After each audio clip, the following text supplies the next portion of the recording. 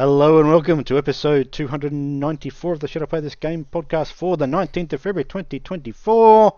As always, joined by the one and only Steve Francis. How are you, sir? What up, bitch? Okay. See, this is what I mean when I said you shouldn't give me the power to be able to change that information box down there. Because I could just go, hee, let's fuck with Graham. And I just had to make a change. And then you'd never know any different. Yes, I would. I'd be able to see that you changed it.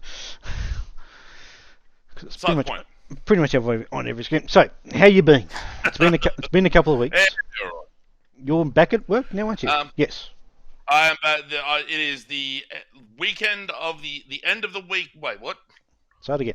Week 4. By the time this goes up, it will be the end of the first day of week 4 of term 1. A 9-week term. All right, you're already into oh god, almost halfway through. Because of Easter.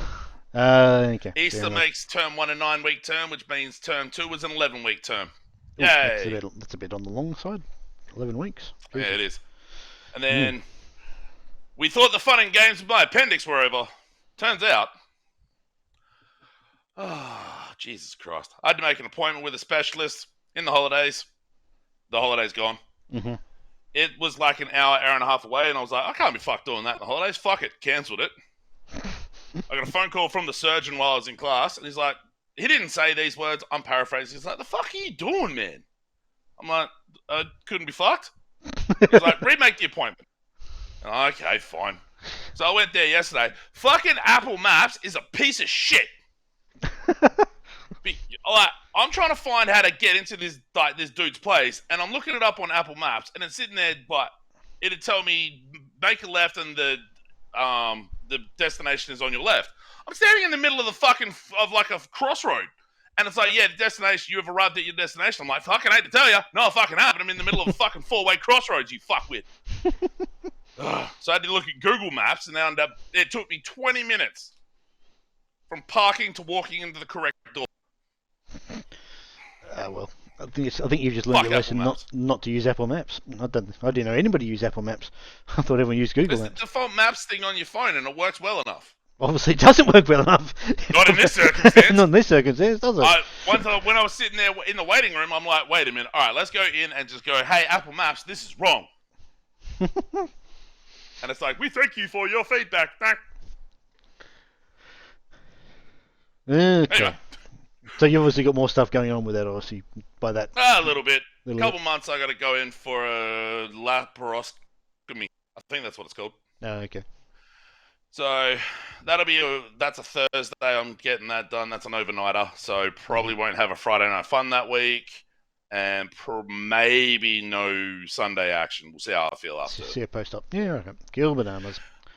But the Steam Next Fest happened as well. It did, and I'm guessing some of your stuff is from that, would be my assumption? No. I haven't done none of the games I played for I think I did, there's at least 2 Friday Night Funs that were very much Steam Next Demo Fest. Mm-hmm. Steam Next Fest demos that I didn't touch on, and I did a full, like a 3-hour video checkout of 14 Steam Next Fest demos. Cool. Okay. There was some interesting, cool stuff in there, and God, I accidentally found some fucking dog shit. Oh, fuck me. Yeah. All right, let's get to your actual full-on games then. Actual games, eh? Actual games, eh? Yes. Here are Steve's games. Hooray! Alright, first up, Phantom Abyss. It had been in early access for a while. It came out of early access the 25th of January, as it appears here. Mm-hmm. It's weird because sometimes the Internet Games Database doesn't actually count launch into 1.0 as the release date for games, but it has for Phantom Abyss. I don't know what's going on there. Yeah, it depends on how it's all crowdsourced, so who knows? Yeah. Yeah, who knows?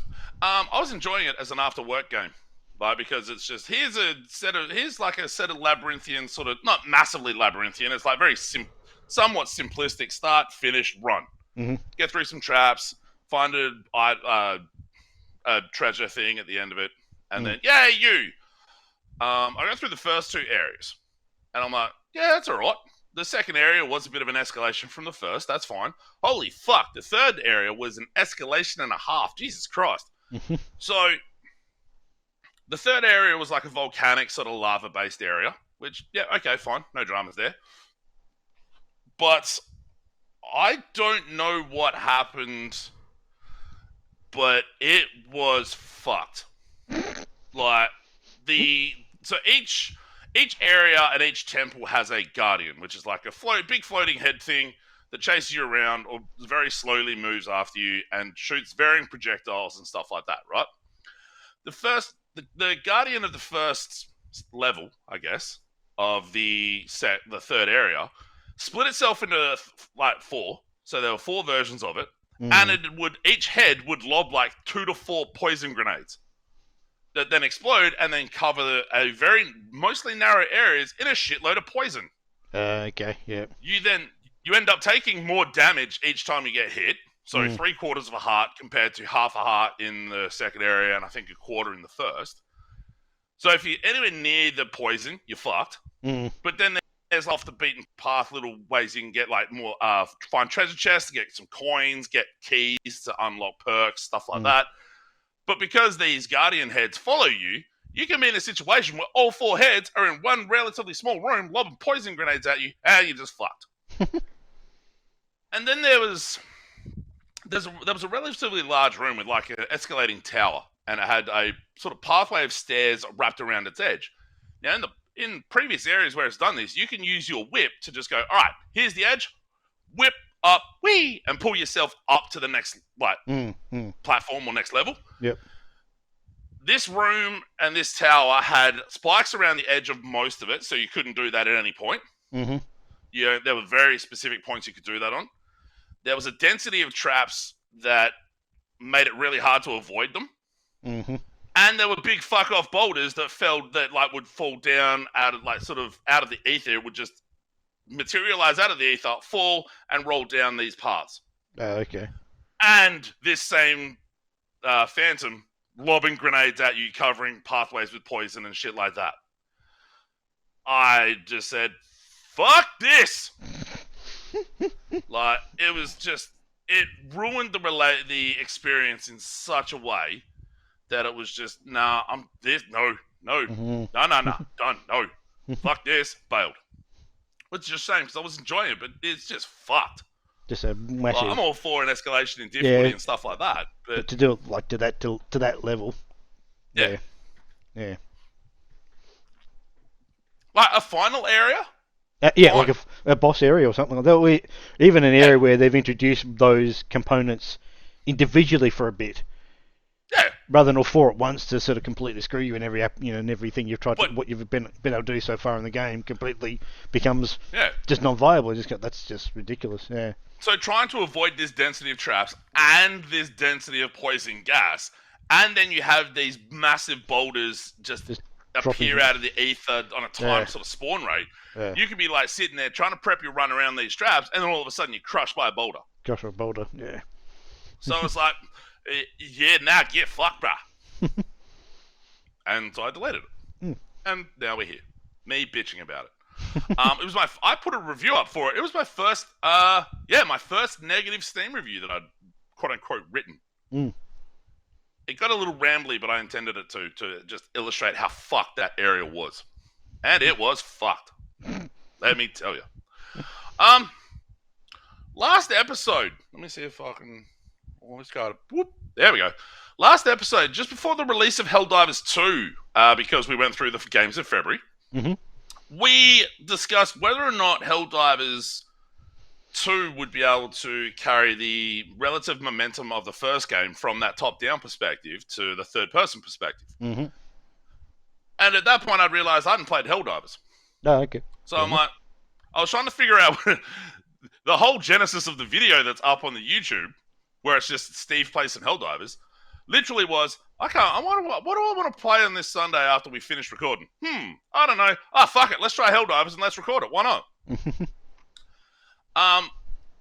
It turns out I don't really like Helldivers. So there's a few issues. I have a few issues with it. And the 2 biggest ones is three. One being it doesn't... like the game itself, and this is the same for Helldivers 2 based on reviews. The game itself doesn't lend itself very well to solo play. Yeah, it seems to way more fun. Very focused on co-op. Yeah. Yeah, and like it's not the sort of game. Oh no, now I fucked it. I'm just gonna leave it alone so I don't fuck it even worse. It's not the sort of game you're gonna play, and even then, 2-player co-op not the best. So there's that. Now, there's a lack of a feeling of progression because they do like most games.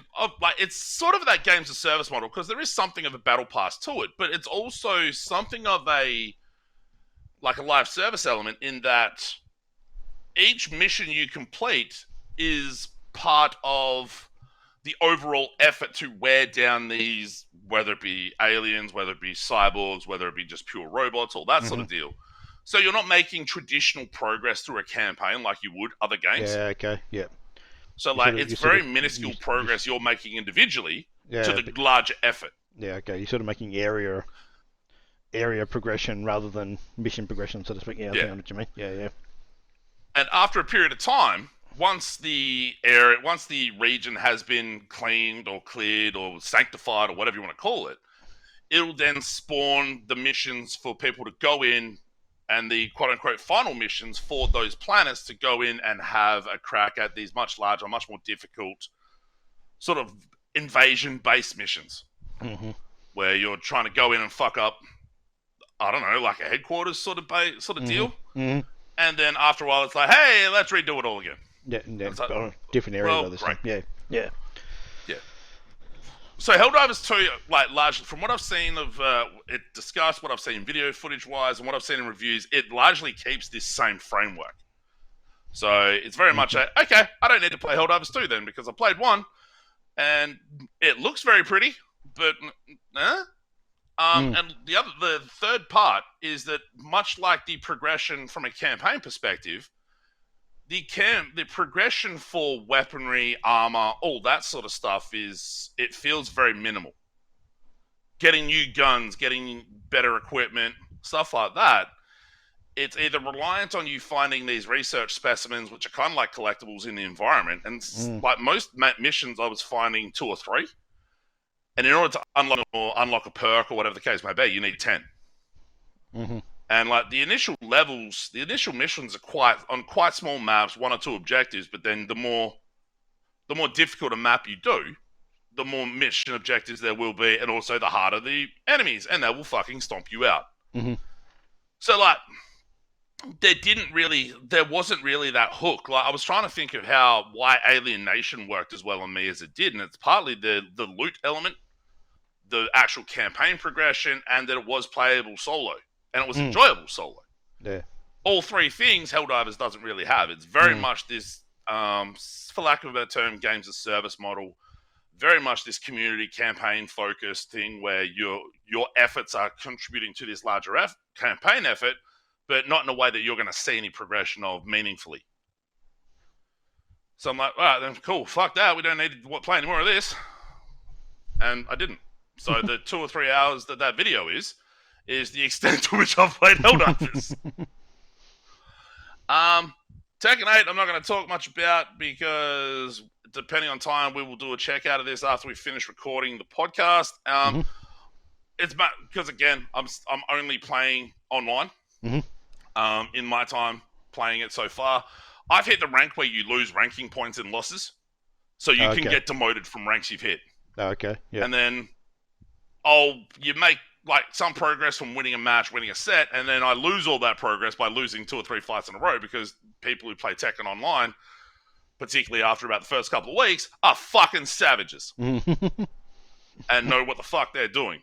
Which I can maybe take a round or 2, but not enough to make. I've only got 1 achievement left, I think, from online progression, online ranking progression, and I don't think I'm going to hit it. I think I'm at my ceiling as far as a ranked mode's going to be. But there's all that single player shit that I've been waiting to check out or waiting to get into until we check it out, which should be hopefully today. Today. Yep. At the time of recording today. We'll do the video today. It won't go up until Wednesday, but yes. Shit.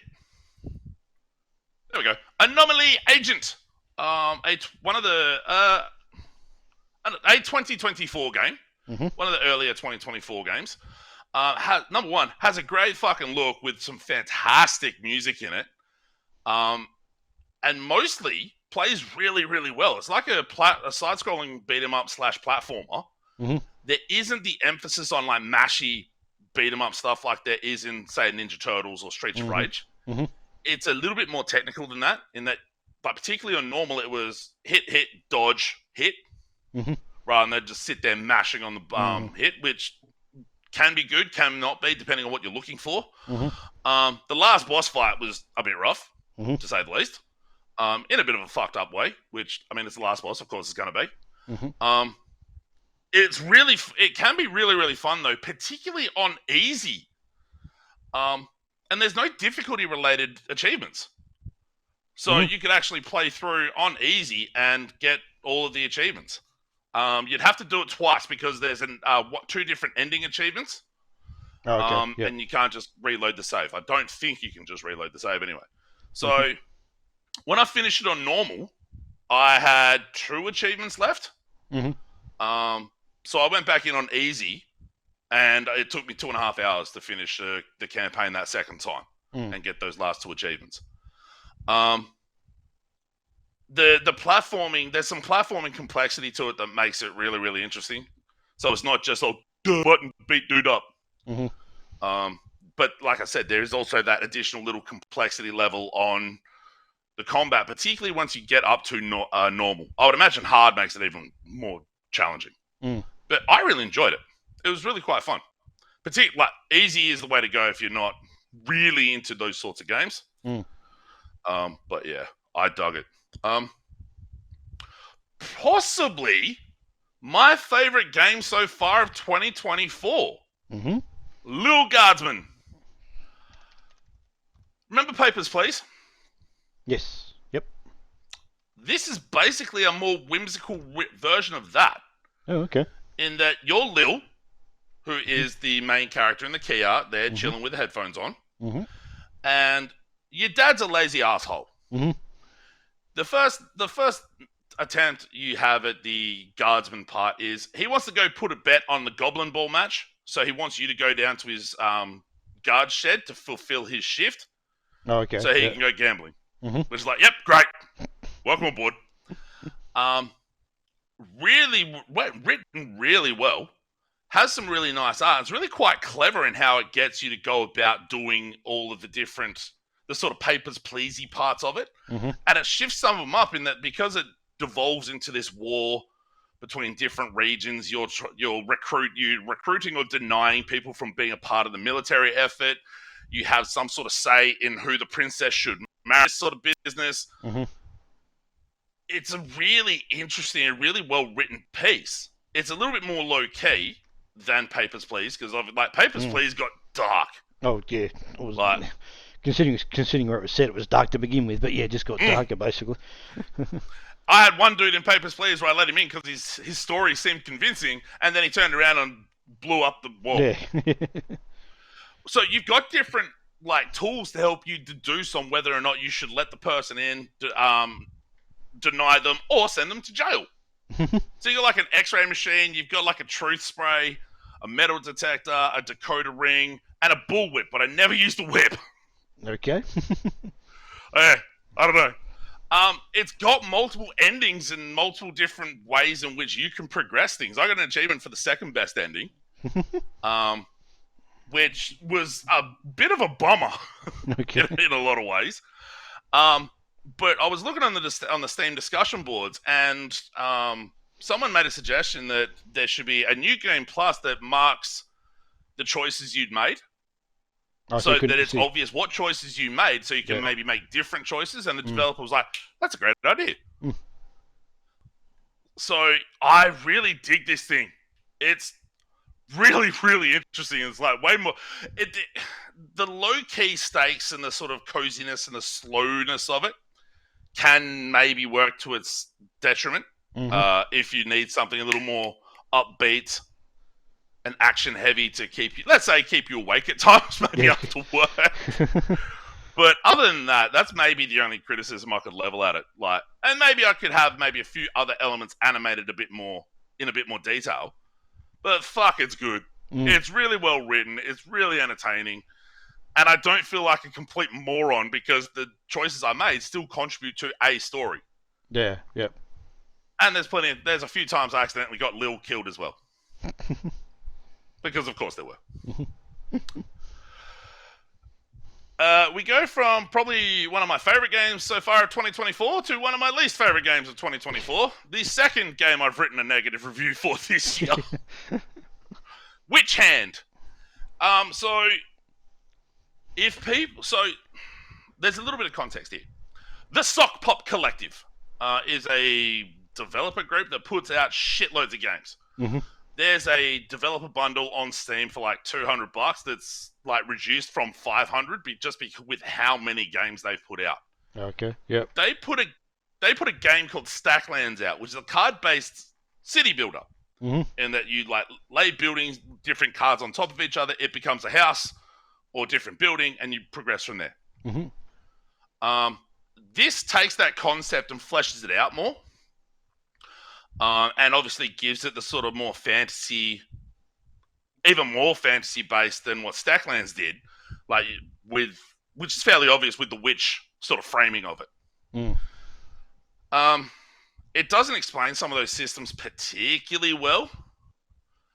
And the other part of it that's a real bummer, I'd had 7 runs at this game because it's run based. It's run based, okay. Yep. I mean, Stacklands technically is run based as well. I think if people have any sort of interest in this concept of city building with cards, Stacklands is like $4 on Steam. Mm-hmm. It's well worth playing. It's fucking great. I really dug that. I had 6 of those 7 runs end at the exact same point because I wasn't getting the resources I needed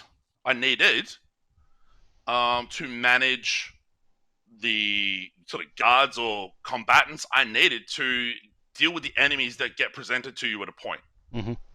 There's a point where at the end of a turn or at the end of a day, it was, oh shit, the void has spawned enemies for you to deal with, and they were slimes. Mm-hmm. Now, if we know anything from video game slimes, when you kill them, they separate. Mm-hmm. And that's then meant that whatever combatants I had got wiped pretty quick, and then the run would end because my main character died. Mm-hmm. And it's like, how the fuck am I meant to overcome this when you're not giving me the ability to produce the resources I need or manage the resources I need to be able to get what I need to deal with this, and just, fuck this. So, and apparently it gets even worse from a like resource management perspective and all that sort of deal, which is like, okay, we're done here. Fuck this. Like, each run would be 20 minutes, half an hour, and I was like, nope, we're done. So, yeah. That's $15 on Steam. Some people would, if you have more of a sort of brain towards, I guess, the resource management elements, you might do better than I did. Like some discussion peeps on the old Steam suggested as much, but not me. I mean, we all know what happened with my SteamWorld build attempts, so maybe that's part of the problem. Industrial. Mm-hmm. So, on Tuesday, remember how I said I had that appointment that was like an hour and a half away? You cancelled that one. What's that? The one you cancelled. The one I cancelled. Mm-hmm. Yeah. So I scheduled it. It got cancelled the day before. Mm-hmm. And then I rescheduled. And then it got cancelled 5 hours before. Okay. So I took off for that appointment. They got cancelled 5 hours before because the doctor specialist dude had COVID. Okay, that's a good thing. Yep.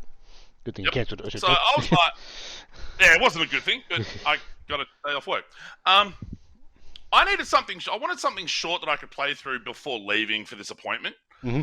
And I'd seen plenty about Industrial for a few years, and that it was like 3-4 hours and a fairly solid first-person shooter from 2021. Mm-hmm. I picked it up on the Epic Store for like $10 during one of their holiday sales. Mm-hmm. Because I've been meaning to get to it for a while. So it's set in Germany, mm-hmm. in like a sort of dystopian future or dystopian alternate history. Because it opens up 1989 Germany. Mm-hmm. which, okay, sure. The two main characters have American accents, which is weird. Mm-hmm. Really helps with the narrative dissonance of I'm an American in Germany, maybe. You start in your character's apartment, and it does that thing where you can basically pick up anything that's not nailed down. Okay. Yep. There's a bathtub in the protagonist in your apartment. I proceeded. The first thing I did was spend like 15 minutes picking everything up that I could in the apartment and throwing it in the bath. I've got a picture of it that I might send you a bit later if you're remotely interested. But yeah, I just ended up like filling this bathtub with all sorts of like boxes of shit and brooms and stuff like that. It's contextually pretty impressive. It's a team of like 2 to 6 people. 2 people mainly, and they got like some contractors in to work on it. Fairly entertaining.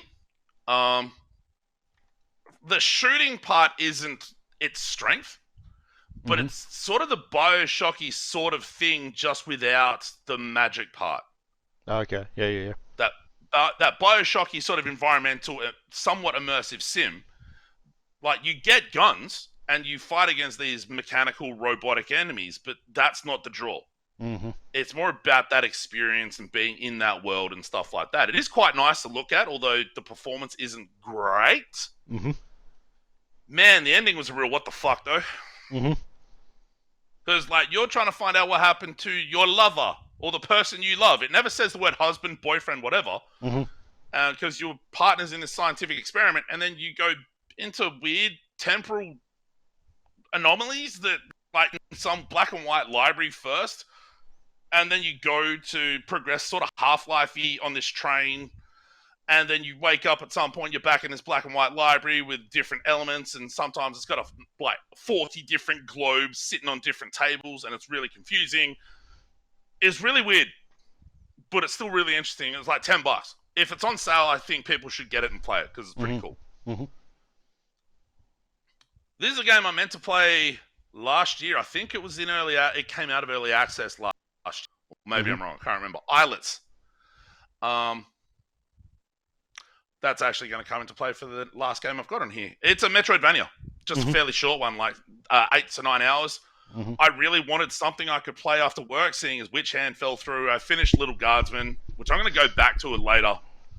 But I didn't want to go straight back into it to try and get different endings. And I'd finished Anomaly Agent. And I was like, what the fuck am I going to play? Right, Islets.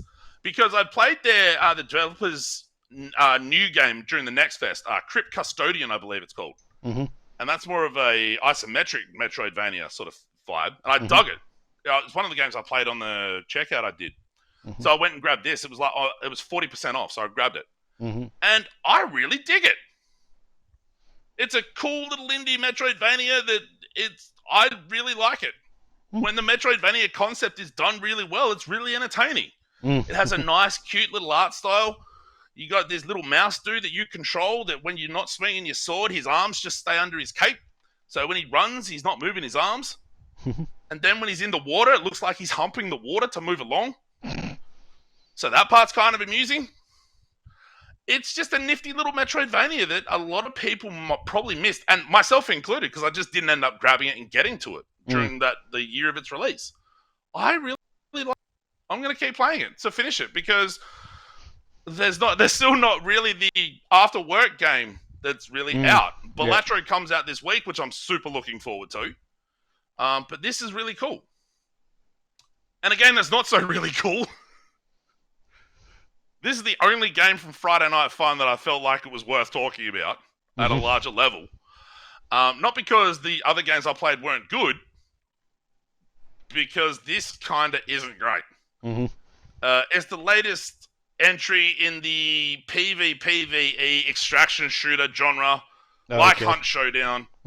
Only it mixes Fortnite with Phantom Abyss to an extent, with Hunt Showdown. During Friday Night Fun, I did the training and I did one game.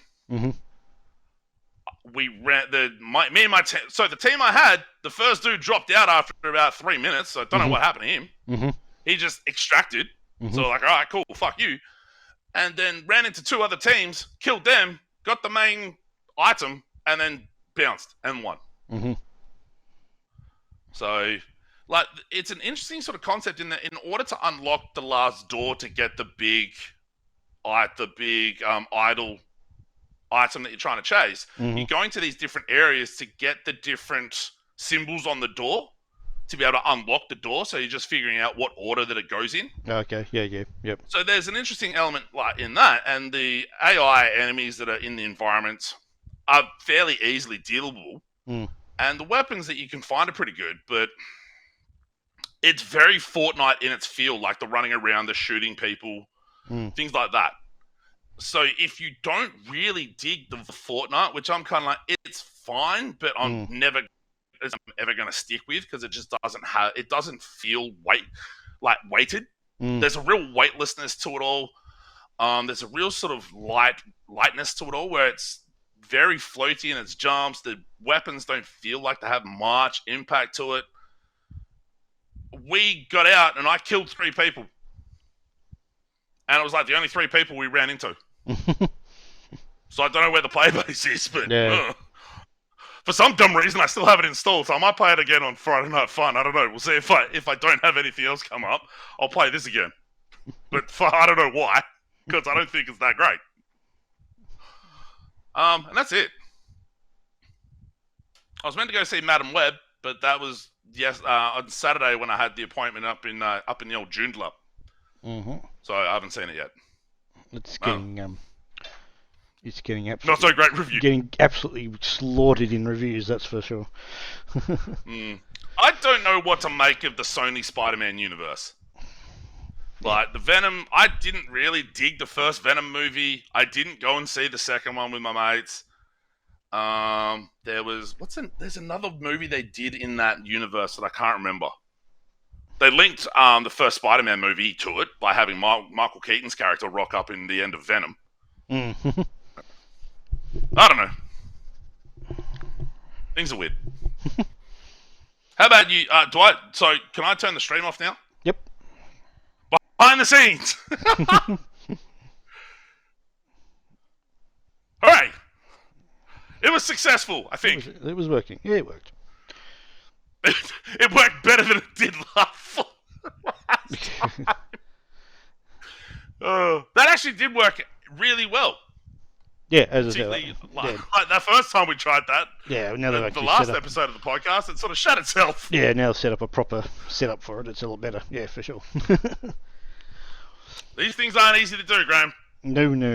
Particularly seeing as I'm just the chucklehead who sits there, plays games, and occasionally does videos. Yeah, and I'm still trying to learning vMix, and it's got some weird intricacies that can do that. Yeah, there's some intricacies and weird little foibles that vMix seems to have. Yeah, it's also got maybe OBS doesn't. Yeah, like it's got. I mean, just for example, just people are curious. Like on this screen right now, you can see there's 2 bits of text. Should I play this game? Podcast 294 and the date. That is actually in vMix 2 separate entities because you can't feed it a text file with 2 lines of text in it. It treats it as 1 line. It's just so the 2 things. It does something. It says we've got this functionality to bring in dynamic data from the. We're pulling back the curtain from a file. But you don't quite treat it the way you think you should be able to treat it. It's just kind of a bit weird. But would you say that vMix is fucked? No, not at all. Nowhere near it. Is it that it's weirdly arcane, or is it weirdly specific, or? It's got some. That text thing makes it feel like it's arcane. It should be able to handle 2 lines of text in one. Yeah, that's the thing. Like it's not arcane is not the right term for it. It's just not quite sticking landing. Like they've got this functionality that's really cool to bring in sort of dynamic data from a text file, which is great. But then they don't do that extra bit where you can have 2 lines of text in that source, and it be treated as 2 lines of text into that. So that's actually 2 separate lines, 2 separate single lines of files producing that on screen. So this is a bit weird, but ultimately it's got a lot of. I mean, we couldn't do what we're doing now without it. So it's got a lot of things going for it. This is true. So it is really quite good, but it does some really neat things, but doesn't quite do them to 100%, if that kind of makes sense, probably the way I describe them.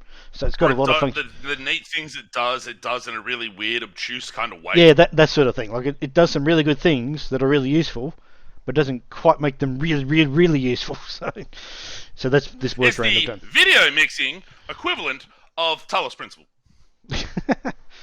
Sort of. In that there is no fucking way I could figure it out by myself, so I'm not going to try. Anyway, speaking of Talos Principle. Bang! There we go! That was unintended. I forgot this was here. Look at me. I'm the best. Segues. Segue King. So yes, I'm still playing Talos Principle 2. After our last episode, I think I'd done about half the game. I think the game's like progression percentage was 50% because I'd completed half the game I could do at that point. Just to remind people, it is got the game centers around this big, massive mega structure. That's literally what they call it. And centered around that is in directions of north, east, south, and west are 3 different areas. So you've got 12 in total. Each area's got, let me think about it, got 8 numbered puzzles, and these things called lost puzzles. There's a flies around my head. I was wondering what you were doing there. This is what you do in Talos Principle 2. Walk around swatting and shit. So then got 2 other puzzles that are available in each area. And as you complete those, what they call lost puzzles, that's leading to the ability to unlock a gold puzzle in each area once you've done all the original 24 lost puzzles. So in other words, once they've done all 24 lost puzzles, another 12 puzzles are going to unlock this one in each area, so to speak. So that's the sort of the progression of it. And you saying the word puzzles is making me want to title this one Puzzles parentheses again. So once you've done I've lost train of thought. What was I going to say? Sorry. You've utterly thrown me. So we've done the puzzles. Completely fucked it. You've completely thrown me. So after the last episode, we were wondering where the demo level was going to appear in the game. It turned out it was the next one I did, basically. So it was. Yeah, that was really funny when you sent me that. Yeah, so it was basically. I did. So each area, like each zone, is basically East 1, East 2, East 3, North 1, 2, 3. So it's just what they're numbering them. So I just did South 1, and it was the level from the demo. Is the percentage you're talking about that? I'm assuming that's like a percentage listed on the save file or something like that. Yeah. So is that? Do you know yet if that's just percentage of story progression or if it's overall completion percentage with the secret shit? Or I suspect it's puzzle completion percentage. Okay. Because you can sort of basically, if you go, so each area has got, as I said, got those 8 numbered puzzles. If you complete 8 puzzles, regardless of which ones you do, you can unlock the tower that's in that environment. So if you do a minimum of 8 puzzles in each area, you can unlock the tower in that area, get to the central mega structure, and progress the story that way, and not even do those lost puzzles. You can leave them completely to the end of the story completely. So I think the percentage is overall puzzle completion. Overall puzzle percentage. Just the way I'm playing including like those lost puzzles and correct. Shit. Just the way I'm playing it, I'm doing the whole thing together. So it's probably, I suspect if you just did the minimum requirement in each area, that progress the story to its completion, your overall percentage will probably be in the maybe 85 to 90% mark. 85 to 90%. I would have thought with the number of lost puzzles, gold puzzles, things like that, I would have thought 60, 70 maybe. Well, there's 100 and, let me think, there's 120 puzzles. I think there's 132 main puzzles. And depending on the structure, when you go inside the mega structure, I think there's maybe another 10 on top of that. So, okay. So when you go into the mega structure, what you need to do each time you go into the mega structure, I've now been in 3 times. Shit, 3 times? Yeah, 3 times. I thought there's going to be another 3. Word again, puzzles in each one in the mega structure, and that I had to do, but actually the last 2 times NPC characters I'm interacting with, they did one of them. So what? Yeah, they just talk in the background saying, I'll just do this puzzle for. Oh, how do I do it? Oh, here we go, I've done it. They just say, yeah. So it's just a way to progress the story. Can you stop them from doing that, or is that just it's part of? Is it a puzzle you don't see, or it's a puzzle you can see, but they do it. You don't get access to it. So just I think it's just the way they're progressing the story that they're using those characters to do stuff. Bit weird, but just walk through the story and go, "Hey, you fuckface, go solve that puzzle." No, I think it's just the story makes the NPC do that particular puzzle. So there might only be other than 3 that are, of the 9 possible ones I could have done in the Immigrant structure, I've done 7 of those 9. So it's fairly close-ish to the end then. I think so. Yeah, I mean, as I said, I'm in the last area, the last main area. I've got of the 4 cardinal directions. Of the 4 directions, I'm in the first one. I'm in the last one of those. And yeah, so I suspect I'm not that far away, but it'll just depend on what they add on to it in terms.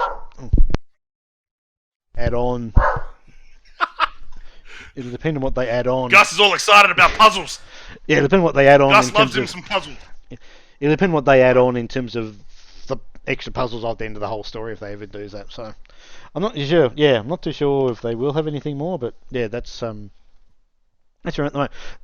Having said that, I really, really, really dig this game. It is awesome. I think I mentioned in the last one, every single time we've gone into a new area, they've introduced a new mechanic of some sort.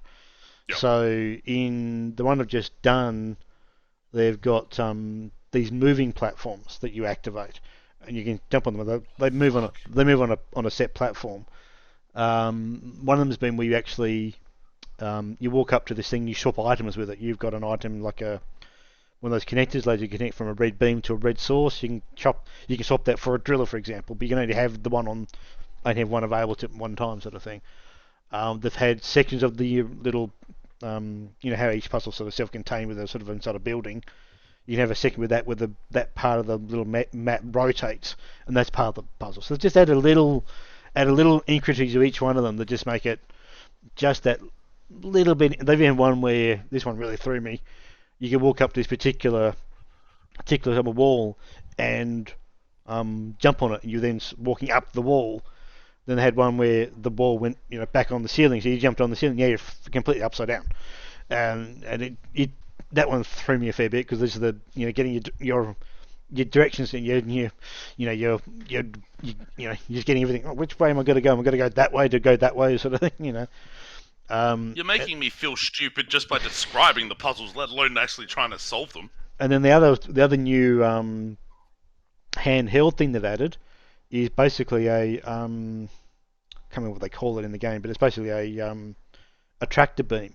So you put it down and it will bring in an item from.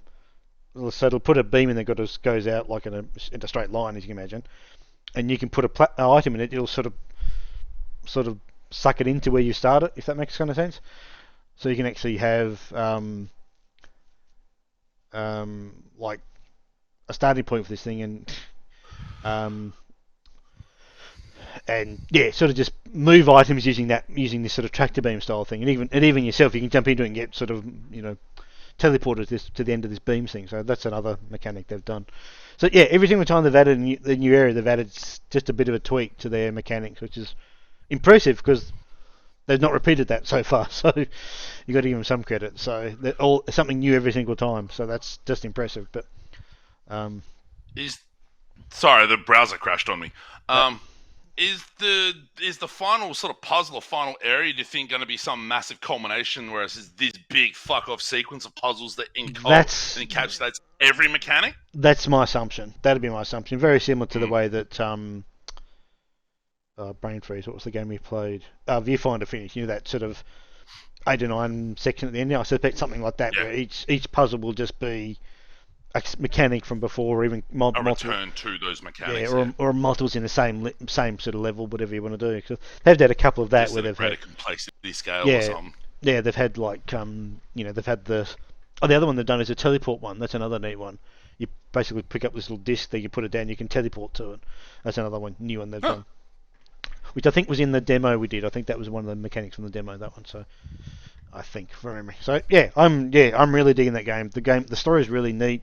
It's based on Prometheus and Pandora and that sort of Greek more mythology, Greek mythology in a way, all but that sort of stuff. yeah, they're using those names and that sort of concept into this future thing they're building. So it's interesting, and the characters are really great. So yeah, I'm really digging it. It is really interesting just how broad Devolver's publishing sort of library is, because like they have that, and then Hotline Miami and Angerfoot coming soon, and just all these really disparate games. It's great. I was wondering if you were going to get into this. Yeah, so this is a game that was put out on a. So this is Lightyear Frontier for those on the podcast. This is a game that was on a stream, not a Summer Games Fest, I think, from last year. Maybe it was an Xbox one, I think. Maybe Showcase. It was on something like that, and they just had a small part of a sizzle reel, and it just had this in it.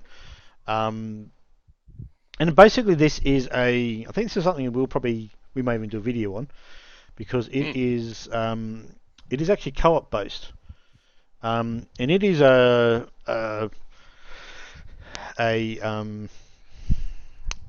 city builder. Or is it more survival-y? More survival-ish, because you're doing things like, so you land on the. You don't think I can't remember how. I'm not too sure how they're going to set up the story per se, but you're on a planet. Oh, does it sort of just dump you in? So it dumps you in. I'm not sure if there's any setup that's in the demo that's going to be fleshed out in the main game when they're coming out.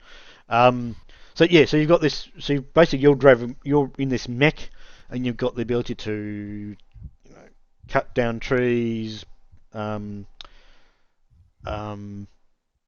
different attachments you can get onto your little mech to allow you to use a vacuum cleaner and suck up water into this little arm thing, then use it to clean things off the environment and stuff like that. So you've got these mechanics you can do with on your mech, and it's basically just like a survival thing. So you've got to make crafting benches, and then you can make crafting items, and you can build things. So you've got that sort of action part to it.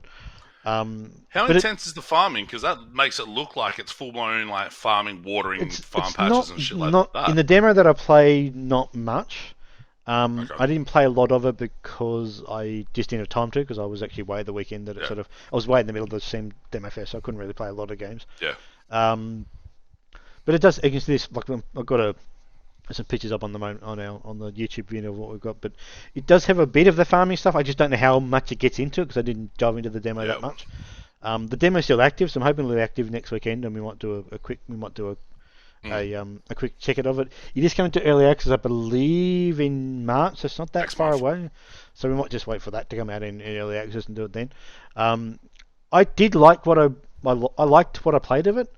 The biggest complaint I had with the game was the walking speed of the mech was just painfully slow. Hoping in the demo, in the full release, they might make that just a bit quicker. But from a perspective of what you're doing moment to moment, and the interaction you've got with this NPC character whose name escapes me, I think it might be like Piper or Pipper or something, and you've got that interaction with that. So it's not bad. And I think it's going to be, has the potential to be quite good, because I think it's going to have a bit of a decent story element to it. I don't know if it's necessarily going to have there's the sort of like idea of 4 players, I think, co-op. So I think it's got some potential if they can improve that walking speed. There's a run you can do on it, so it is faster, obviously, but I think the base walk speed should be quicker. But I just think it's neat in what they've done, and I kind of think it's got a lot of potential. Seems very No Man's Sky to a point, just less to a degree, yeah. Flying to a degree, yeah. But it is kind of very colourful in its appearance. I like its visual design. Yeah, the visual designs. Remember, it's similar-ish to that game we did last year called Foundry. You might recall that one. Yes. From last year, we did a game called Foundry, which is a similar sort of co-op game of the same thing, but I think this one might actually be better.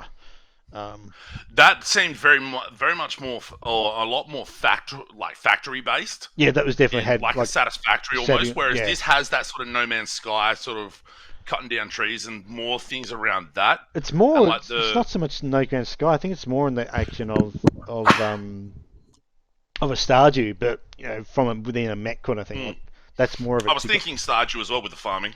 I think it's more. The mech has a real cool 1950s truck. Yeah, vibe. yeah. It's good. I think the visual design of it is actually quite neat. Yeah, and I liked what I played except for that walking speed. So hopefully when it comes out in early access in a month or so, it'll maybe they'll made a change to that. But I wasn't alone in the walking speed complaint. You went to the Steam discussion forums and they were all over it saying walking speed's too slow. I was wondering if I'm hoping had followed that track. Had the developer responded to any of that? Do you know? Or? I don't think I'd seen any, but I'm not saying I didn't go into it that much because, reading some of those forum posts, you weep for the world sometimes. Yeah, that's also a real fucking cesspool sometimes. Oh Jesus Christ, some of them are Fuck bad. me dead. Some. I mean, some of them are good. Like you've actually got people wanting to, give you help and advice. Have legitimate discussions. Yeah, and help with the. Some real, but there are some that are complete. Just go fuck. Just absolute dirtbag. Absolute barwigs. Yeah. That have no understanding of game development either. Because this one. Oh, this should be easy to do. Oh no, it's obviously not. Yeah. And Tales of Kenzara, I played the demo of, which is that Metroidvania that sort of by the African actor who was Bayek in Assassin's Creed. Mm-hmm. He's doing his own game, and it was pretty starter. And one dude was like, "Oh, this should be easy to fix." I'm like, "I'm gonna go to Reddit to the Unreal Engine subreddit, and just go look. Why does this happen? And why does it happen so often?" And the dude responded and was like, "Basically, designing for PC games is fucking hard because of how many configuration possibilities there are, and you can't just automatically pre-compile everything." Yeah. And I'm like, "Yeah, dog, it's not as easy as you think, then. So shut the fuck up." But if it was you easy, can't really say that. If they were easy, it'd be done. That's the answer. Yeah. So, and the last game that I played is one you and I did a checkout. I was wondering how much of this you would have gotten into. I haven't done a lot of it. I basically repeated most of what we did in the checkout video we did, which is part of the beta from. Was that this year or last year? Last year, wasn't it? I think it must have been late last year. It was a closed beta, so I think it was December. Must have been closed beta. Yeah, it must have been a closed one. Yep. So they did an open beta a couple of weeks back. Yeah, they did an open one, which I think would have probably just been the exact same thing. So we basically played most of what we did in that checkout video. I don't know at this stage if I like it or not. I haven't played enough of it to say either way. Basically, is where I'm at with it. I like the sailing. I like that part of it. I like the visuals of it. There's a lot of it that I do like. I just don't know if the story progression is going to be there. I think it's basically going to be a bit like the Division. You know how the Division tells the story. You're the silent protagonist in that thing, and you're in cutscenes, but you don't talk at all. You get talked at, and you make the odd dialogue. Not even make dialogue choices. Just things happen. So I think it'd be like that, but as a pirate. So, which I don't mind as a mechanic. I prefer to have a protagonist that actually talks and has is vested in the story. But we'll see how it goes. But we'll see. But that's just that's probably going to be on the list most times this for the next couple of while. But I won't talk about it much until I go. This or Sea of Thieves? They are completely different games. They are different games. Are they very different mechanically? Are they? 100%. Like, so if you recall the naval mechanics from Black Flag, Assassin's Creed Black Flag. I remember mostly those of being on them. So in that game, when you're sailing the boat you're on, but you're also pressing. If you're using a control, you're pressing left trigger and then right trigger to fire cannons. Yeah. So you're completely controlling every aspect of it. You're controlling the speed of the boat, the direction, and all the firing you're doing. Whereas in Sea of Thieves, because it's multiplayer focus, and this is the other part of it too, is you're sailing the boat, and then when you stop sailing, you can go and fire a cannon manually, then get back to sailing, then fire a cannon manually. So it's all you're doing each bit individually. It's very compartmentalized. Very compartmentalized. I've not done solo sailing for a while, so I'm not too sure if it's changed, but. When you play in a co-op, for example, like I was playing with a friend of mine a couple of weeks back, we were basically he was doing most of the sailing and I was doing most of the cannon firing. Yeah. And so it is a different game. in the mechanics of it. It is also a different game in how it tells the story. So the story is told not so much in cutscenes like this one has, where you walk up to NPCs and have a conversation with them, not that you're involved in the conversation per se. Yeah. Whereas in Sea of Thieves, the story sort of happens around you.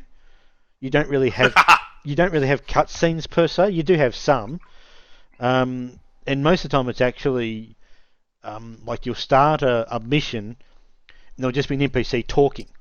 And you can walk away from them, and they'll just keep talking. And eventually they'll finish their whatever there is, and they'll then start the mission, quote unquote. Whereas this is a lot more of a more standardized, if you want to, for want of a better term, way of the story being dished out. It's basically Division on Pirate Division essentially in terms of how it delivers the story. And I've got no problem with that per se, but no problem with it. No problem with it is a conceptual as it is, and what they've done. If they nail down how they do it, if they nail the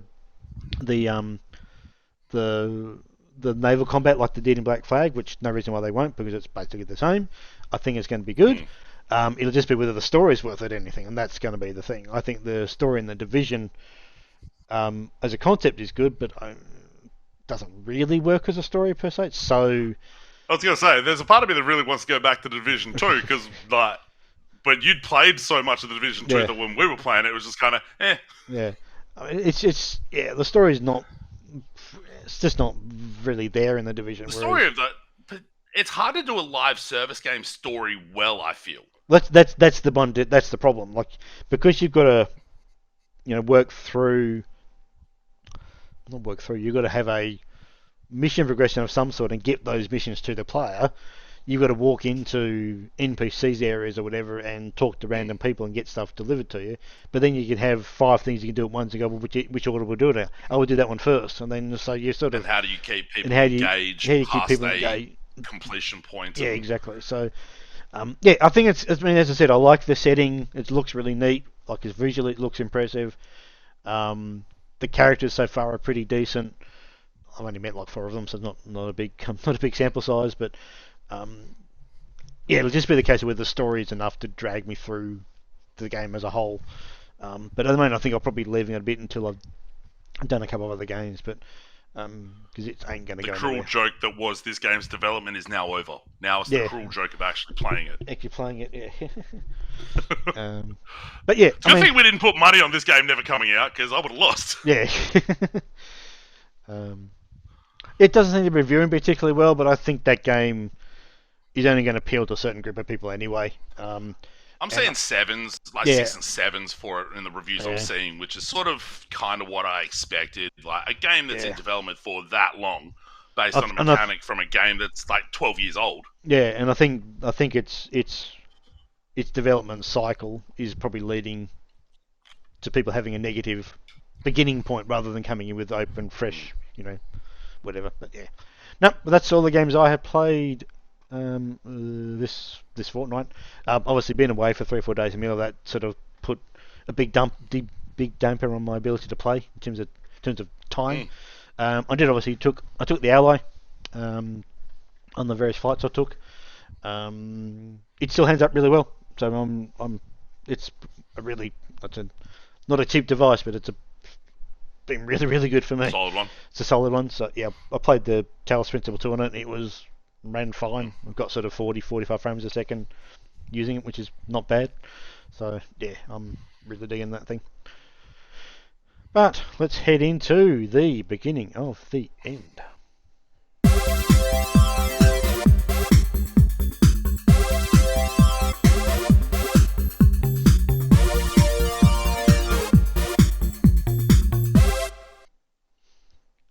Yes, we have the YouTube channel, which is slowly getting more and more videos chucked on as Steve does his Friday night stuff, and we do the occasional checkout video. These podcasts go up as a video as well. So yeah, go check that out. But anything? Do you want to talk about the Super Game? Talk about what? The Super. No, I don't. Is the short answer. No. Yeah, I think as we discussed before that, last time we met, it was the Super Bowl was in the middle of that between the two podcasts, and I'm a 49ers fan, 49ers fan. And I had feared that the one player on the Chiefs side that was going to bite us in the bum, he did, and that's Patrick Mahomes. He's a hell of a player. He's a Hall of Famer for sure by this stage. But yeah, he did it to us again. Basically, he beat us 3 or 4 or 5 years ago win the Super Bowl again, and he also basically did it again. But this game was a bit closer than I expected it to be. Actually, I kind of thought it was going to be a bit of a whoever won was going to be a bit of a blowout, is what I thought. But it went down to overtime, and yeah. The Chiefs playoffs, Vic. The Chiefs playoffs wins are all small, low-scoring game, very defensive games. So I don't think that was that Chiefs team needs some receivers. Do they really, considering who they've got? No. I don't know. Mahomes being able to throw to someone who can catch a ball with any sort of regularity other than Travis Kelce might be nice. Yeah. But, we'll see next season how we go. It'll be interesting to see how many of our players stick around and retain us, because we've got a bloody good team there, no doubt. It's a bloody good team, but we just can't quite do that last bit. But anyway, but no. I bet on the colour of the Gatorade. Oh, it wasn't. No, it wasn't the Gatorade. It was the colour of the sports drink. Oh, that gets dumped on the winning coach at the end of the winning whatever. Okay. Well, I didn't. I bet on yellow. I didn't actually. I've not seen a single bit of that game at all, because I was actually came back from Ballarat on that particular day. So I was basically just watching the score on my phone.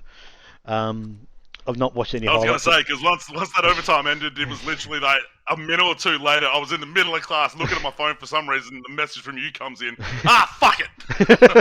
That's when he scored the touchdown in overtime. So Mahomes did what he did, that motherfucker! Yeah, so I'm not seeing the halftime show. It was Usher, I believe. Did you watch that? Any thoughts? Fuck no. Okay, fair enough. I don't have much. I don't really dig Usher. Okay, fair enough. Okay. Usher, I thought the LA one with Snoop, Dre, Eminem, Kendrick, that was the best Super Bowl show for the last 20 or 30 years. That was fucking incredible. For sure. And my understanding is that Alicia Keys came out with Usher. Ludacris was there for because if you do the song and you don't have Ludacris's verse and you don't have Little John just yelling yeah, then what are you doing? But yeah, Usher's not my not your cup of tea. Not your cup. Okay. No. Get some Sanguisugabog for the Super Bowl show next year. Some brutal death metal. That'd be great. But yeah, I didn't win the Gatorade, the sports drink bet. Okay. Yellow and green was paying $5. I thought that was a pretty good chance. Apparently, it was purple again. Okay. Motherfuckers.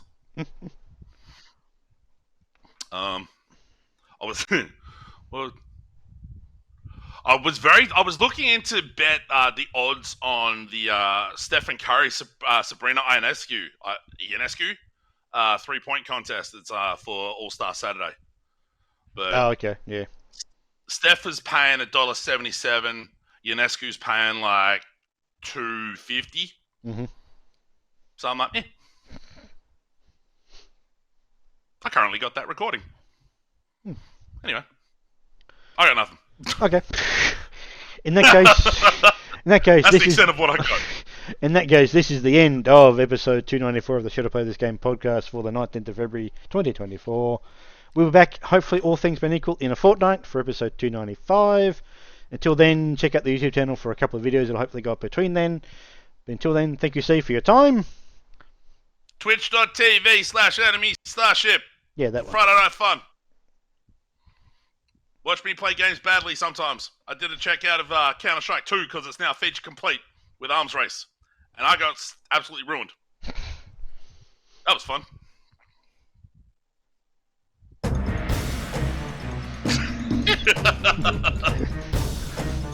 Bye-bye. Bye-bye.